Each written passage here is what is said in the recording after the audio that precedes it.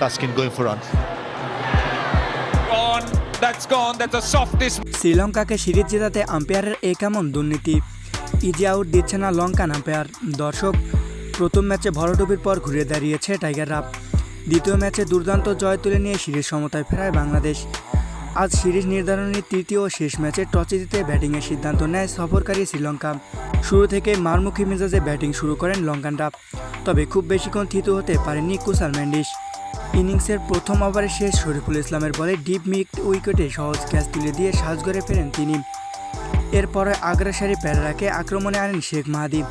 নিজের প্রথম ওভারেই বল হাতে চমক দেখান মাহাদি। অসাধারণ লাইন লেন্থে বল করে প্যারেরাকে ইন সুইংয়ে পরাস্ত করেন।